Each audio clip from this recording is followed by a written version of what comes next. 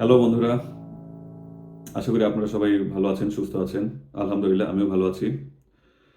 আসসালামু আলাইকুম এবং আপনাদেরকে আবার স্বাগত জানাচ্ছি মিস্টার ব্যাংকার চ্যানেলে। আমাদের সিডিসিএস সিরিজের ইউসিবি 600 এর ক্লজ ওয়াইজ আমাদের যে আলোচনা চলছিল, আ আম আমি হ্যাপি যে আপনাদের গত কিছুদিনে কিছু ভিডিও আপলোড করা গেছে। তো আশা করি আমি এটা কন্টিনিউ করতে পারবো। আপনারা আ আপনাদের সাপোর্ট জানিয়ে যাবেন, আপনাদের ভালো লাগা জানিয়ে যাবেন, মোটিভেট করে যাবেন ইনশাআল্লাহ। আমি পুরোটা আ শেষ করব ইনশাআল্লাহ। তো আজকে এই সেই সিরিজের আলোচনা আজকে হচ্ছে আমরা আর্টিকেল 4 ক্রেডিটস ভার্সাস কন্ট্রাক্ট এই ক্লজে এই আর্টিকেলে আছি। আমরা আর্টিকেলটা আপনাদের সাথে শেয়ার করব এবং আলোচনা করব। এই আর্টিকেলে কিছু প্যারা আছে। আমি প্যারা ধরে, ধরে আপনাদের সাথে আগাবো। আম paragraph 1 credit is by its nature a separate transaction from the sale or other contract on which it may be based. আপনার যখন একটি ক্রেডিট ইস্যু হবে, আ নিজে থেকে ক্রেডিটটা আসলে ইস্যু হয়ে যাবে না। ব্যাংক নিজের জন্য এলসি করতে পারে। তবে বেশিরভাগ সময় most of the cases bank LC করে থাকে হচ্ছে তার কাস্টমারের জন্য। তো কাস্টমার হুট করে একদিন এসেই আসলে ব্যাংকে চলে আসে না যে ভাই একটা এলসি করে ফেলেন।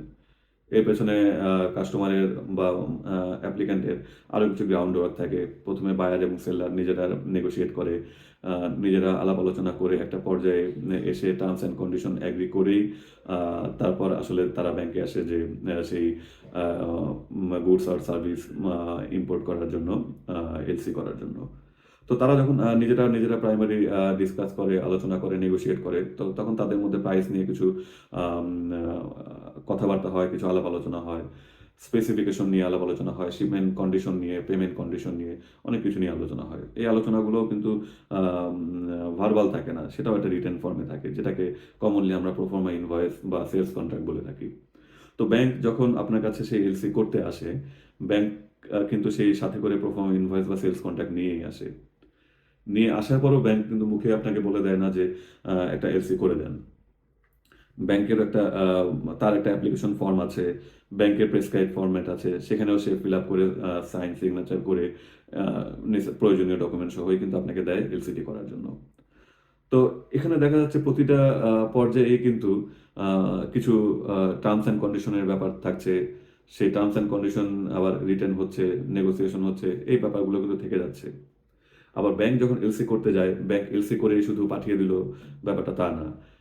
সেই এন্ডে বেনিফিশিয়ারি এন্ডে যাওয়ার জন্য আরো কিছু রিকোয়ারমেন্ট থাকতে পারে। কনফার্মিং ব্যাংকের হেল্প প্রয়োজন হতে পারে। তো এই ধরনের একটা অ্যারেঞ্জমেন্টের পরেই কিন্তু ফাইনালি একটি এলসি সেন্ড হয়।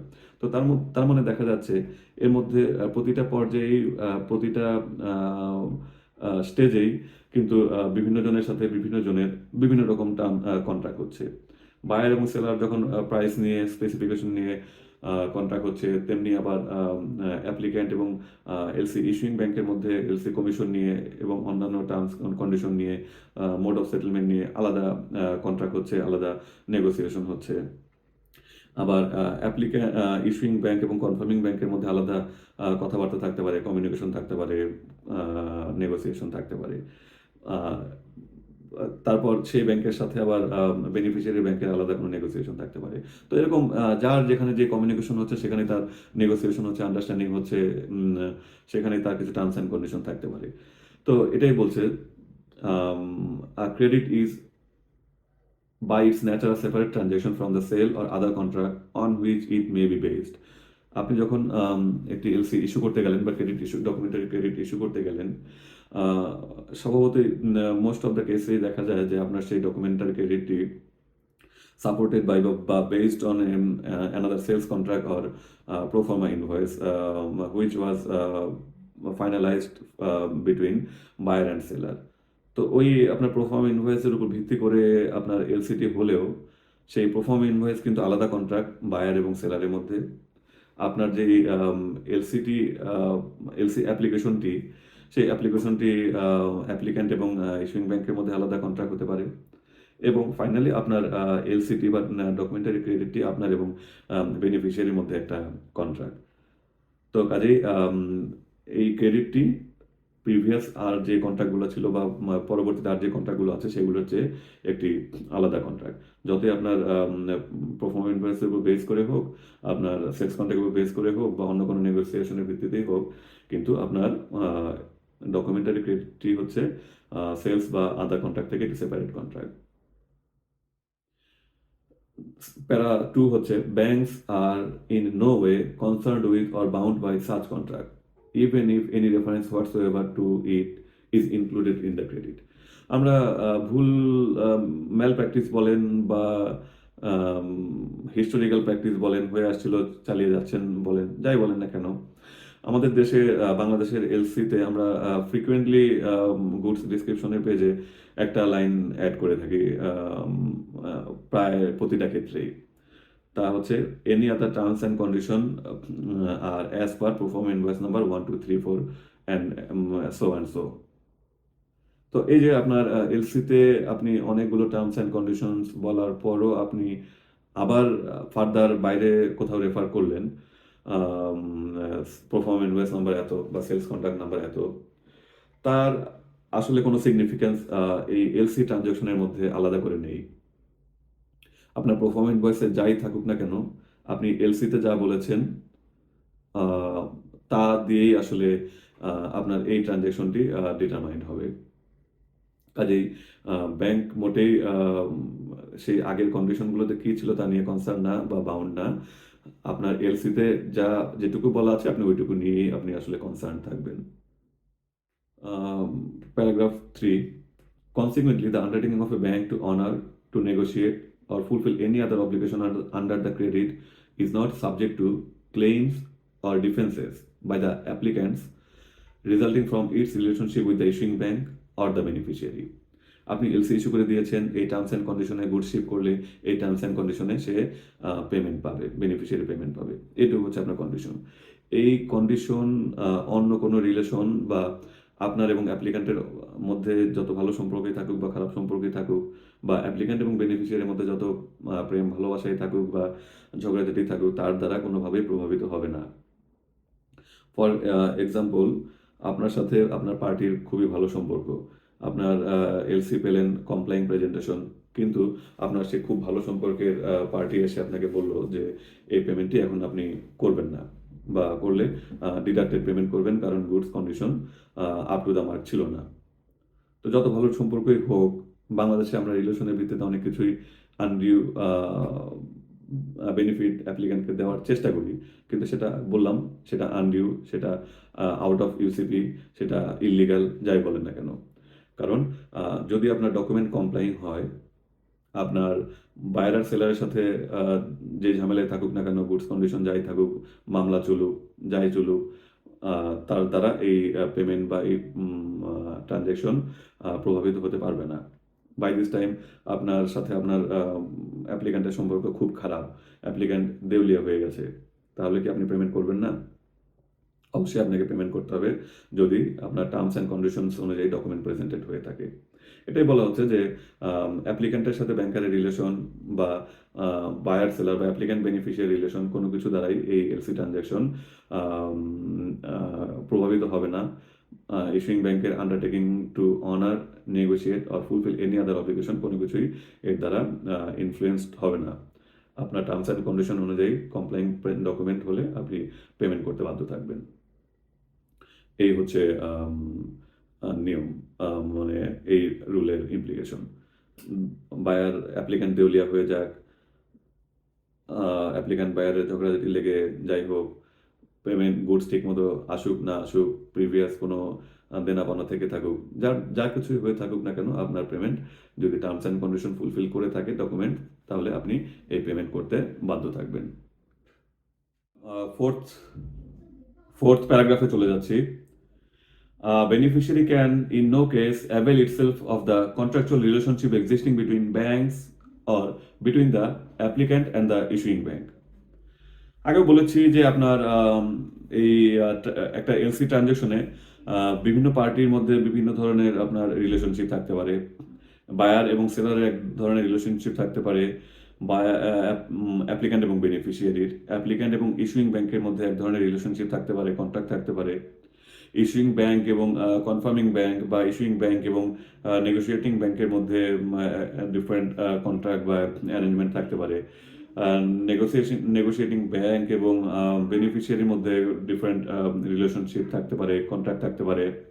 ইস্যুইং ব্যাংকের সাথে অ্যাপ্লিক্যান্টের রিলেশনশিপ এবং অথবা বেনিফিশিয়ারির সাথে অ্যাপ্লিক্যান্টের রিলেশনশিপ দ্বারা ইস্যুইং ব্যাংকের আন্ডারটেকিং কোনোভাবেই প্রভাবিত হবে না, প্রভাবিত হবে না বা চেঞ্জ হবে না। তেমনি জাস্ট এই প্যারাটায় আমরা দেখছি যে অ্যাপ্লিক্যান্টের মতো বেনিফিশিয়ারিও একইভাবে দুটি ব্যাংকের মধ্যে যে রিলেশনশিপ বা অ্যাপ্লিক্যান্টের সাথে ইস্যুইং ব্যাংকের যে রিলেশনশিপ এর মধ্যে বেনিফিশিয়ারিও কোনোভাবেই এর মধ্যে ঢুকতে পারবে না। এরপর আমরা চলে যাচ্ছি লাস্ট প্যারাগ্রাফে, এই আর্টিকেলের last paragraph. An issuing bank should discourage any attempt by the applicant to include, as an integral part of the credit, copies of the underlying contract, pro forma invoice, and the like. এখানে বলা হয়েছে issuing bank discourage করবে, অ্যাপ্লিক্যান্টকে discourage করবে যে সেই contract, pro forma invoice বা underlying যে তাদের রিলেশনশিপ সেটাকে এলসির ইন্টিগ্রাল পার্ট করতে ডিসকারেজ করতে হবে। তাদের মধ্যে আলাদা আন্ডারলাইন কন্ট্রাক্ট আছে, রিলেশনশিপ আছে, সেটা ভালো, সেটা দিয়ে তাদের যেই রিলেশনশিপটুকু সেটা গভর্ন হবে। কিন্তু LC as a separate contract, এটা তার নিজস্ব টার্মস অ্যান্ড কন্ডিশনস দ্বারাই গভর্ন হবে।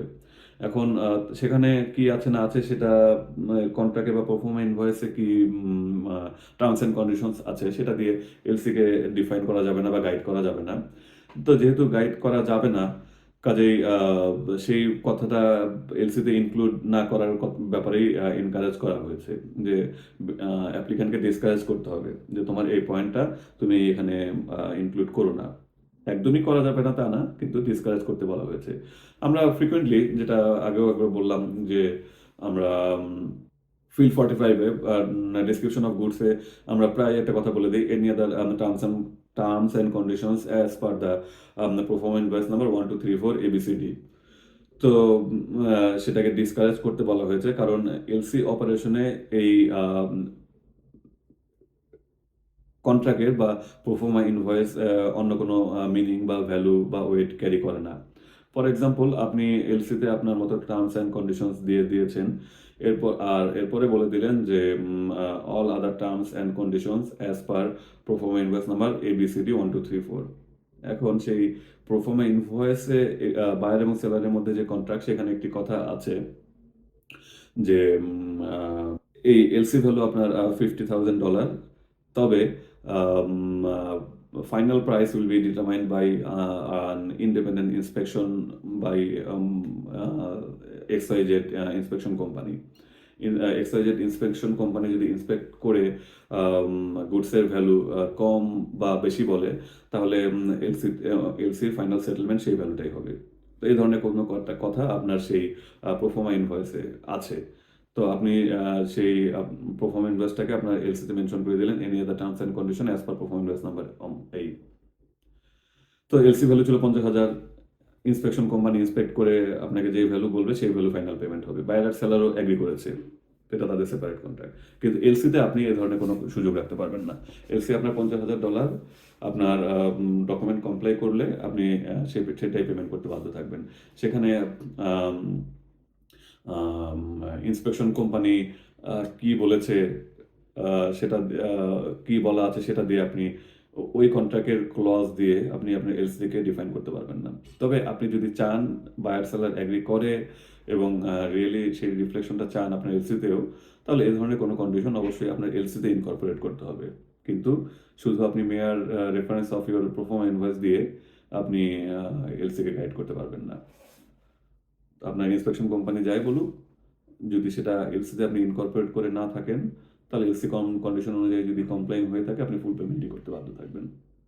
তো এই আর কি ব্যাপারটা, যেহেতু এটা ইনক্লুড করে কোনো লাভ নেই, কাজে এই ধরনের একটা অপশন রাখা আসলে আপনার জন্য কোনো মিনিং, যেহেতু একটা কথা বললেন যা কোনো ভ্যালু বা ওয়েট ক্যারি করে না, সে ধরনের কথা আসলে না বলাই ভালো। এজন্য এই ধরনের কোনো ইন্ট্রোডাকশনকে এলসিতে ডিসকারেজ করা হয়েছে। তো এই হচ্ছে মেইনলি আমাদের আজকের টপিক। টোটাল ৫ টা আ প্যারাগ্রাফ যাই থাকুক কিন্তু সবগুলোর মূল থিম হচ্ছে এটাই।